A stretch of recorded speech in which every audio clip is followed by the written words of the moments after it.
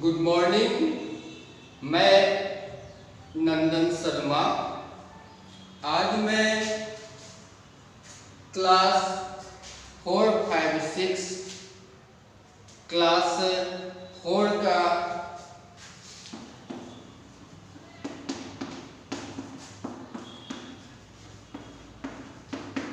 Lesson 5 class 4 का lesson 5 फिर class 5 का लेसन 4 क्लास 5 का लेसन 4 फिर क्लास 6 का लेसन 5। ठीक है, इन तीनों क्लासों को आज मैं एक जगह समाहित किया हूं। और कौन सा पार्ट है इसमें? तो इसमें है आपका, ये तीनों का है आपका लिंग। पार्ट का नाम है लिंग, जिसे अंग्रेजी में जेंडर कहते हैं।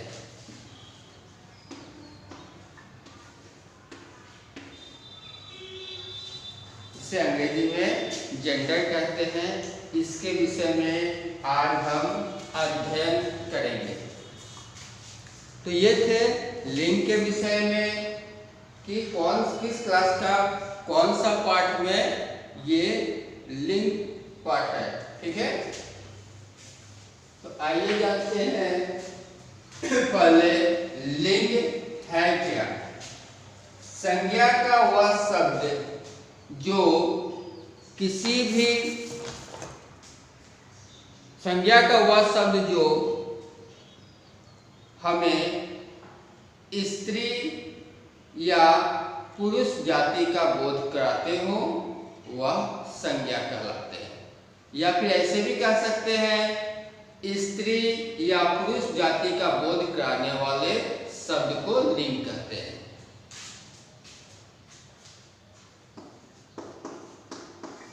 स्त्री या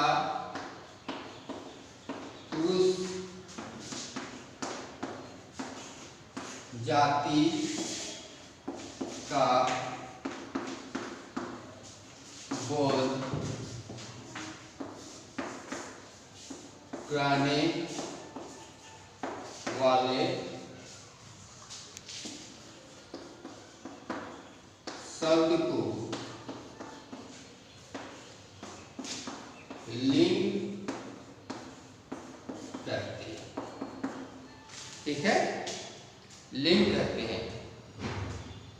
आपके पास केंद्र द्वारा जो प्रदत्त पुस्तक है या हिंदी व्याकरण के अनुसार, ध्यान दीजिएगा, शब्दों पर ध्यान दीजिएगा। हिंदी व्याकरण के अनुसार लिंग के दो भेद हैं। हिंदी व्याकरण के अनुसार लिंग के दो भेद हैं। हिंदी व्याकरण के अनुसार ही क्यों बोला, इसके विषय में बाद में जिक्र करूंगा। ऐसे भी कह सकता था कि लिंग के दो भेद है, स्त्रीलिंग पुल्लिंग, मगर हिंदी व्याकरण के अनुसार क्यों, इसका विषय में बाद में बताऊंगा। अब आ गया, पहला क्या है? स्त्रीलिंग और दूसरा पुल्लिंग।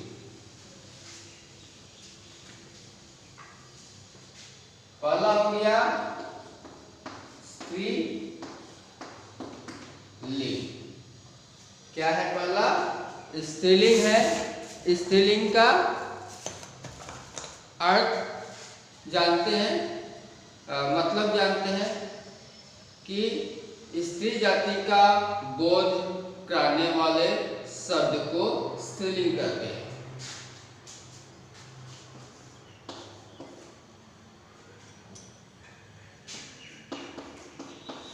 स्त्री जाति का बोध कराने वाले शब्द को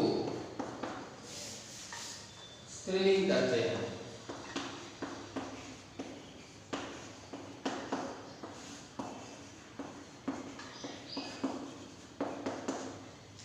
तो ये था स्त्री जाति का बोध कराने वाले शब्द को स्त्रीलिंग कहते हैं। ठीक है, अब स्त्रीलिंग को अंग्रेजी में क्या कहते हैं? Feminine gender.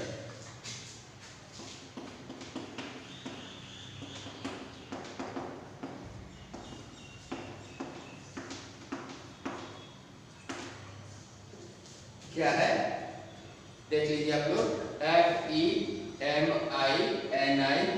Feminine gender. तो यहाँ एक चीज देखिए, ये जो जाति शब्द है ये हमेशा इसी प्रकार लिखिएगा, जाति। ठीक है, अगर इसकी जगह में आप अगर इस प्रकार लिख दिए तो गलत हो जाएगा। ये इस सेंटेंस में मत लिखिएगा, ये जाति किसी विशेष समुदाय का बोध कराता है। अब बोध का मतलब क्या है? बोध का मतलब है ज्ञान कराता है, मगर आप ये लिख दीजिएगा तो जाति मतलब जाना हो गया। जैसे सीता जाती है, सीता पढ़ने जाती है, वहां ये अर्थ लगता है, मगर ये जाति का अर्थ हो गया किसी विशेष समुदाय का ज्ञान करा रहा है। ठीक है, जिसे अंग्रेजी में कास्ट करते हैं। तो इस पर ध्यान दीजिएगा, ये गलती मत कीजिएगा। तो ये हो गया स्त्रीलिंग का। अब पुल्लिंग है कि नहीं, क्या कहेंगे? पुल्लिंग।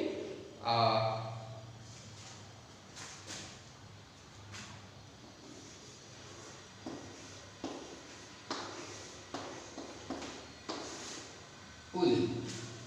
तो पुल्लिंग क्या है? पुरुष जाति का बोध कराने वाले शब्द को पुल्लिंग कहते हैं।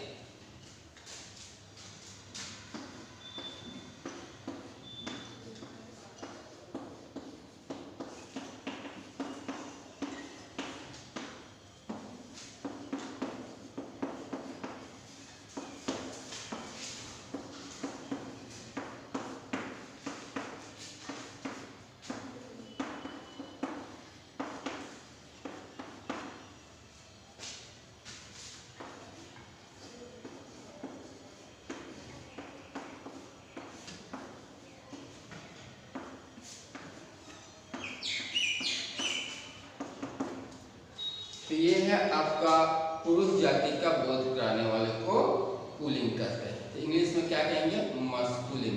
मास्कुलिन होता है MASCULINE।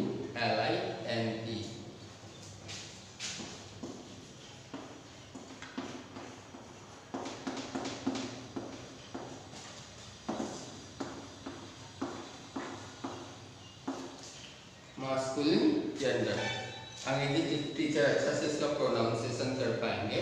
तो ये हो गया पुल्लिंग के विषय में जानकारी। अब मैं थोड़ा देर पहले कुछ बताया था, हिंदी व्याकरण के अनुसार लिंग के कितने भेद होते हैं? 2 भेद होते हैं हिंदी व्याकरण के अनुसार। क्या क्या? स्त्रीलिंग और पुल्लिंग, या फिर कहिए पुल्लिंग या स्त्रीलिंग। मगर संस्कृत भाषा हो या अन्य भाषा के व्याकरण में या अंग्रेजी में आपका लिंग जो है, लिंग 3 प्रकार के हैं। क्योंकि हम और आप हिंदी व्याकरण का अध्ययन कर रहे हैं तो हमें विशेष ध्यान स्त्रीलिंग पुल्लिंग इन 2 भेदों पर ही ध्यान देना है। फिर भी अगर हम किसी अन्य भाषा के तीसरे लिंग के विषय में जान लें तो कोई हर्ज नहीं है। तो आइए अन्य भाषाओं में लिंग 3 प्रकार के कैसे होते हैं वह मैं बता दे रहा हूँ। आप लोग इसे लिखने का दरकार नहीं है, आप लोग मत लिखिएगा कि लिंग 3 प्रकार के होते हैं, ऐसा मत लिखिएगा, क्योंकि ये हिंदी व्याकरण है और हिंदी व्याकरण में आप लोग लिखिएगा हमेशा लिंग 2 प्रकार के होते हैं। ये आपको जानने के लिए मैं ये बताने जा रहा हूँ और इसको आपको लिखने का दरकार नहीं है, ठीक है। तीसरा लिंग जो है वो लिखने का दरकार नहीं, सिर्फ जानकारी के लिए मैं बता रहा हूँ। तो अन्य भाषाओं के अनुसार लिंग क्या है, 3 प्रकार के हैं। तो वह क्या है,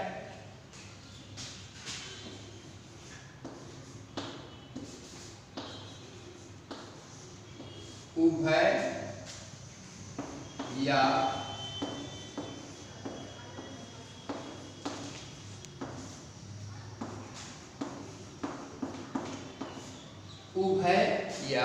नपुंसक लिंग। ये क्या है, उभय या नपुंसक लिंग। इसको अन्य भाषाओं में माना गया है कि लिंग 3 प्रकार है।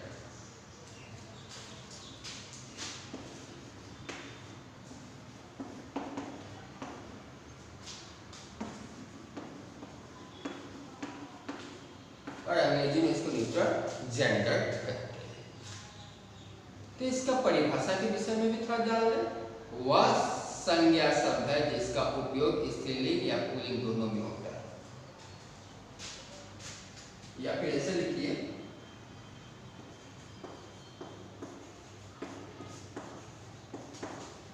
लिखिए मत, जान लीजिए।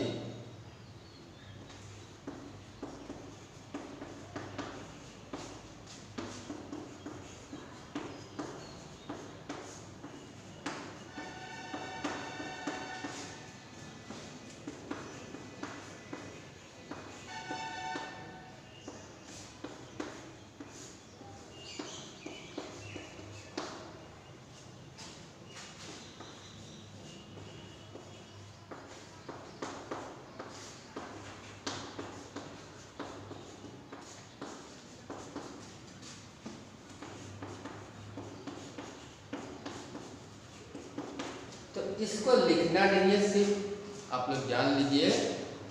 संज्ञा का वह शब्द जिसका उपयोग स्त्रीलिंग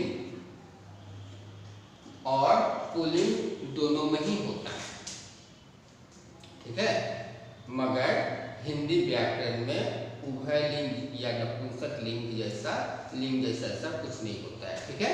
याद रखिए, हिंदी व्याकरण में उभय लिंग या नपुंसक लिंग जैसा ऐसा कुछ नहीं होता है, ठीक है। लिंग संस्कृत भाषा का एक शब्द है जिसका अर्थ होता है चिन्ह या पहचान।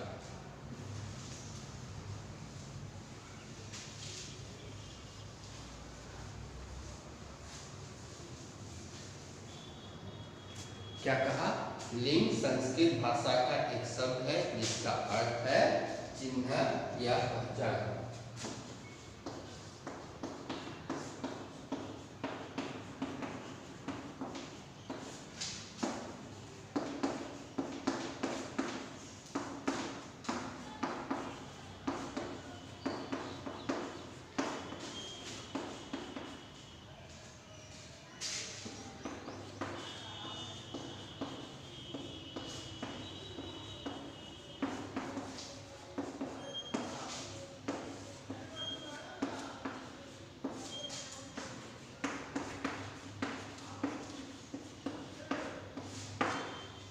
तो ये संस्कृत भाषा का एक ऐसा शब्द है जिसका अर्थ होता है, लिंग जो है जिसका अर्थ होता है चिन्ह और या पहचान।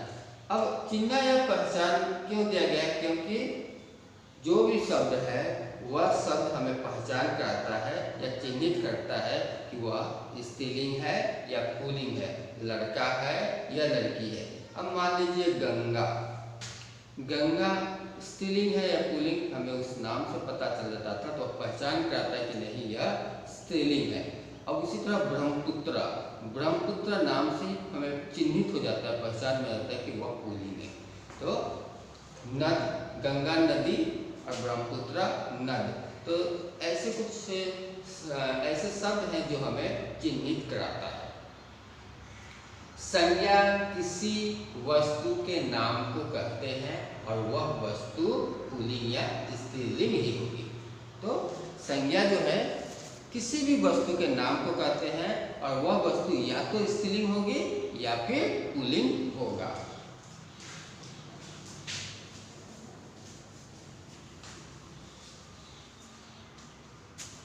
अब हिंदी भाषा में कुछ शब्द ऐसे हैं जो शब्द सदैव पुल्लिंग में ही होते हैं।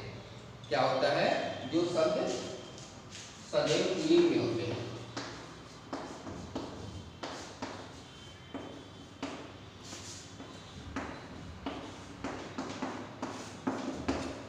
हिंदी भाषा में कुछ शब्द ऐसे होते हैं जो सदैव पुल्लिंग में ही होते हैं, जैसे कौवा, मच्छर, है कि नहीं?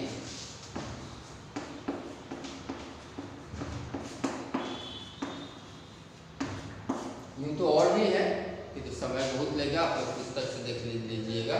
तो ये है कुछ शब्द। अब कुछ शब्द स्त्रीलिंग भी होते हैं, सदैव।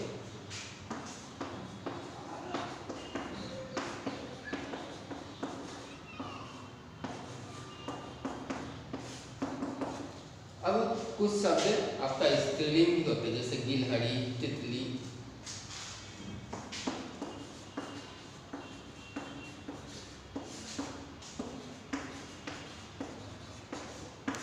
ये हमेशा इसका जेंडर अर्थात लिंग नहीं बदलता है, ये हमेशा वैसी रहता है। ठीक है। अब कुछ शब्दों में नर या मादा लगाकर अंतर किया जाता है। ठीक है। कुछ शब्द में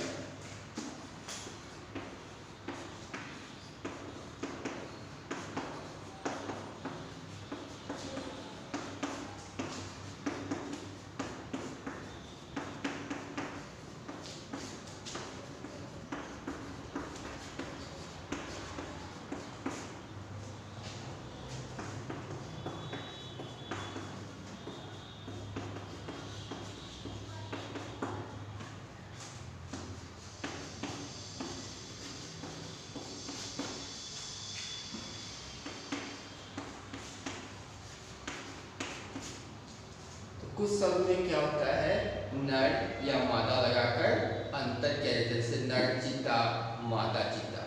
पदनाम सदा पुल्लिंग में होते हैं। पदनाम मतलब डेजिग्नेशन जिसको कहते हैं, वह क्या होता है, हमेशा पुल्लिंग में होता है।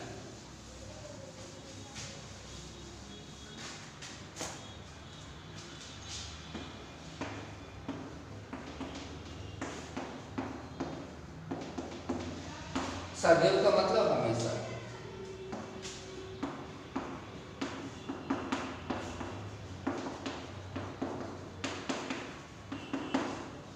तो क्या है, पदनाम मतलब डेजिग्नेशन, पोस्ट जो है वह हमेशा पुल्लिंग में होता है, जैसे राष्ट्रपति, प्रधानमंत्री, है कि नहीं?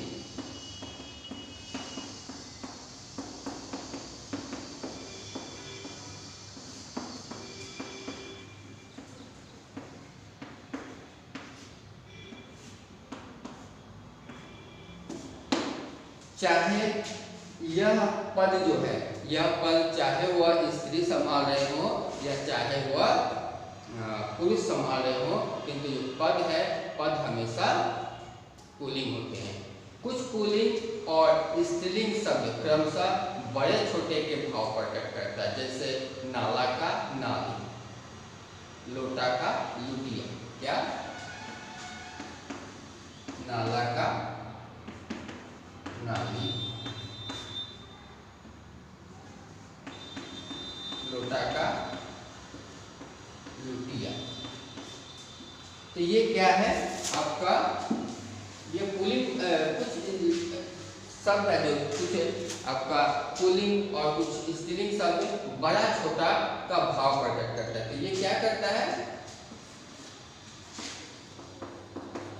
बड़ा छोटा का भाव प्रकट करता है। ठीक है, तो ये है आपका आज के लिए लिंक से संबंधित कुछ जानकारी। मैं नंदन शर्मा इसी के साथ इजाज़त लेता हूँ। थैंक यू, धन्यवाद।